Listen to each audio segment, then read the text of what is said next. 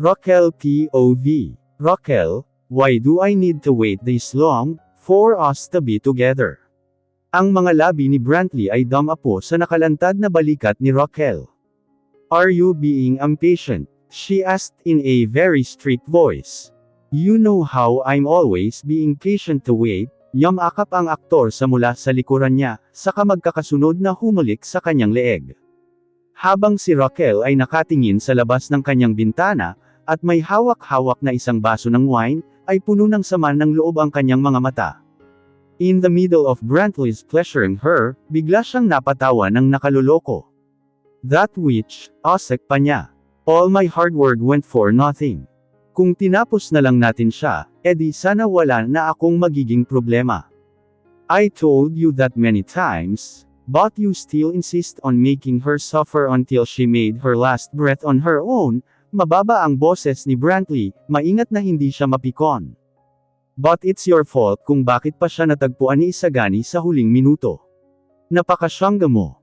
I'm sorry. Kung siniguro mo sana na mabebenta siya sa lalaking sinasabi ko, edi sana natupad ko na ang lahat ng plano ko ngayon.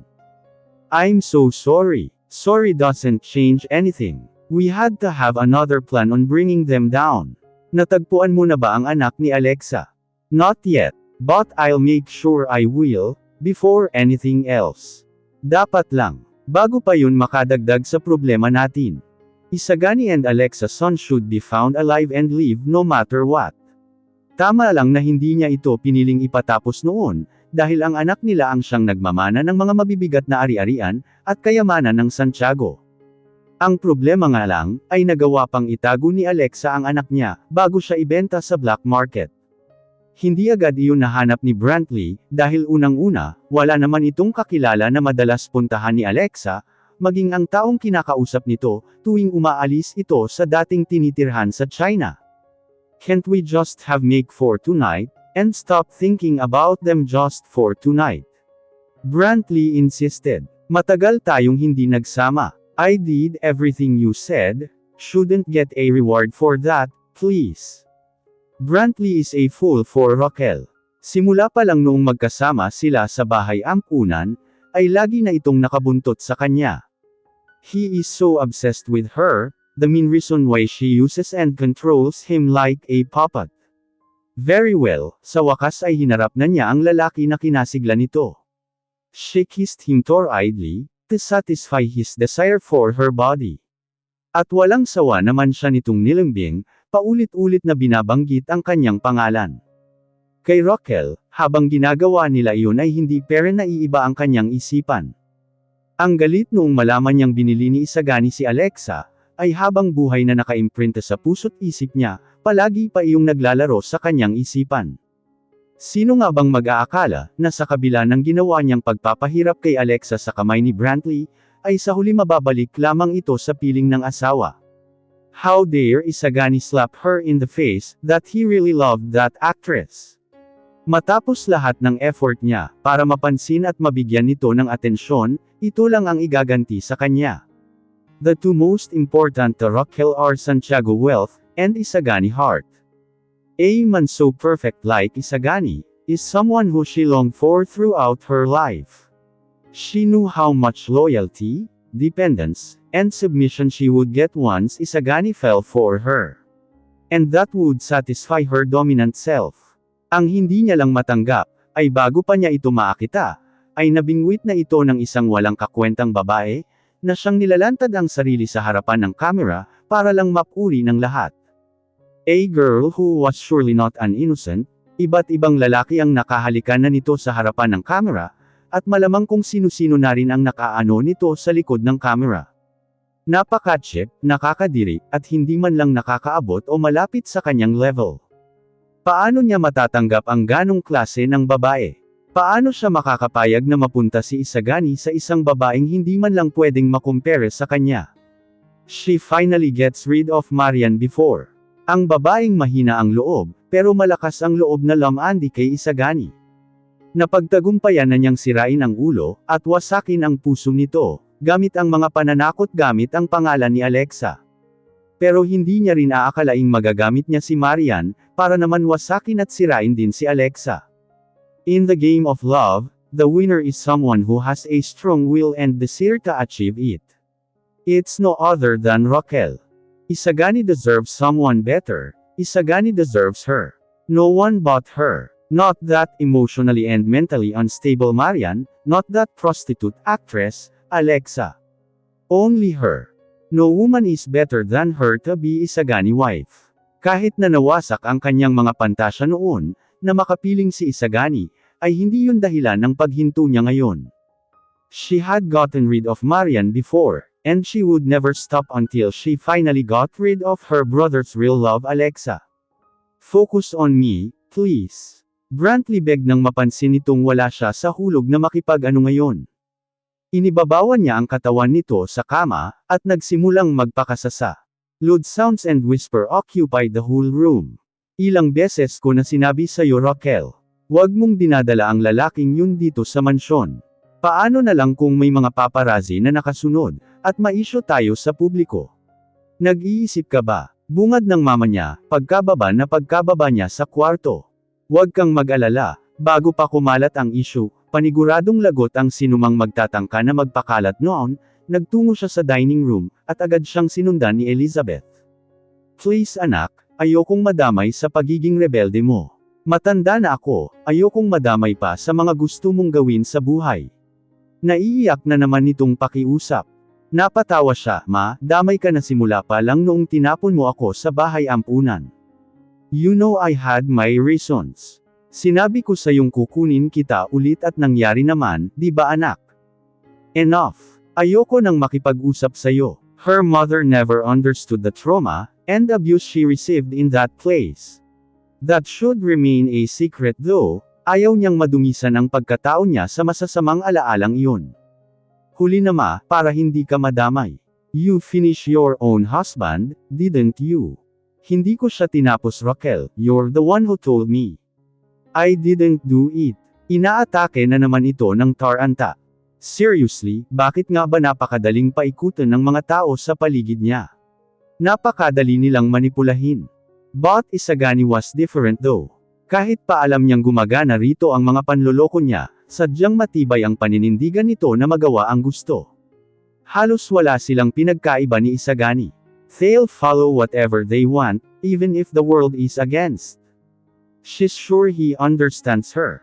Ma'am Alexa, kung nasaan ka man ngayon, sana nasa maayos kang lagay, at isang araw ay mabasa mo ta. Napaupo ako sa matigas na kahoy na kama, habang binabasa ang sulat, habang si Freya, ang kapatid ni Faye ay aligaga akong pinapanood. Sa dulo ng aking alaala, ay natatandaan kong ang ganito ang sulat kamay ni Faye, madalas ko siyang nakikitang nagsusulat noon. Tikom ang bibig ko noong aksidente kong malaman ang plano ni Ma'am Raquel at Sir Brantley. Laban sayo at Sir Isagani. Dahil may sakit noon si Mama, walang pag-aalinlangan kong tinanggap ang perang binigay sa akin ni Ma'am Raquel, not even knowing her conditions and schemes. Ang akala ko noon ay nagmamagandang loob siya sa akin. Noong araw na inoperahan ang mama ko, and siyang araw na inutusan niya akong gawin ang gusto niyang mangyari. Ani akong magtatagumpay ako sa gagawin, magtatagumpay din ang operasyon. Kung hindi, handa ko na raw ang kabaong ni mama. Sa takot na mangyari yon, kahit sa kabila ng pinagsamahan nating dalawa at namin ni Sir Isagani, ay nagawa ko kayong talikuran. I had no other choice, dahil mas matimbang sa akin ang pamilya ko, at batid kong, hindi na rin maganda ang relasyon ninyong mag-asawa. Kaya naman nilagyan ko ng pinagbabawal na gamot ang inumin, at pagkaing inihanda para kay Sir Isagani noong gabing yun, gaya ng nakasaad sa utos. I've met Ma'am Marian hours before that night. She was a very mentally unstable woman. Naroon din si Ma'am Raquel. Inuutos si Ma'am Marian na muli na silang magsasama ni Sir Isagani. Wala po sa katinoan ang babaeng yun, at totoo nga ang haka-haka noon na meron na siyang sakit sa pag-iisip, magmula nang iwan siya ni Sir Isagani. Kaya agad-agad siyang sumama sa akin, nung sinabi na dadalhin siya sa mansyon ni Sir. Kung ano man ang nasaksihan niyo nung gabing iyon, lahat ng yun ay ako ang may gawa, dahil pinili kong sundin ang iniutos ni Ma'am Raquel. Sana mapatawad niyo ako Ma'am Alexa. Ang akala ko ay hanggang doon na lang ang malalaman ko, at kaya kong itago.